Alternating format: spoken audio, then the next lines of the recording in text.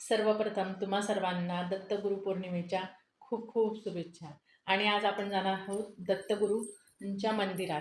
चला तर मग तुम्ही पण माझ्यासोबत. आज मी जिथे आलेली आहे, इथे मी माझ्या आयुष्यातील 20 वर्ष रहिवास केलेला आहे. जेव्हा मी फ्लॅटमध्ये राहण्याच्या अगोदर मी इकडे राहत होते आणि इथे माझ्या घराच्या बाजूलाच दत्तगुरूंचं मंदिर होते. अगदी माझ्या गॅलरीतूनच सकाळी सकाळी श्री दत्तगुरूंचे दर्शन व्हायचे. आणि आम्ही दरवर्षी ह्या दत्तगुरूंच्या पौर्णिमेचे जे कार्यक्रम असतात ते 10 दिवस चालतात आणि ह्याची आम्ही आतुरतेने वाट बघत असत. चला तर तुम्ही पण मग दर्शनाला. या पद्धतीने दत्तगुरूंची आरती झाली आणि तिथे दिगंबरा दिगंबरा श्रीपाद वल्लभ दिगंबरा असा जयघोष चालू होता. मूर्ती किती सुंदर दिसत होती, असं वाटत होतं बघतच राहावं. आणि नंतर मग संध्याकाळी 6 वाजता दत्तजन्माचा कार्यक्रम सुरू झाला.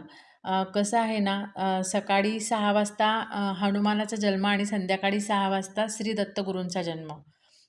तसंच आपलं रामचंद्रांचा जन्म पण दुपारी 12 वाजता आणि रात्री 12 वाजता श्रीकृष्णांचा जन्म. ह्याप्रमाणे त्यांच्या जन्माचे वेळ आहेत. तर असंच श्री दत्तगुरू पौर्णिमेच्या दिवशी संध्याकाळी 6 वाजता दत्तगुरूंचा जन्म उत्सव साजरा झाला आणि त्याच्यानंतर मग दत्तगुरूंचे दर्शन वगैरे घेऊन मग नंतर तिथे कीर्तनाचं सर्व सभा रंगली होती. आणि मग तिथे दत्तगुरूंच्या जन्माविषयी की त्यांचा जन्म कसा झाला याबद्दल सर्व कीर्तनामध्ये त्यांनी माहिती सांगितली की अत्रि ऋषी आणि अनुसया माता यांना श्री दत्तगुरू हे कसे जन्मास आले त्याबद्दल त्यांनी त्या कीर्तनामध्ये सर्व माहिती सांगितली. आणि मग नंतर काय, घरी यायला रात्री 8 वाजले.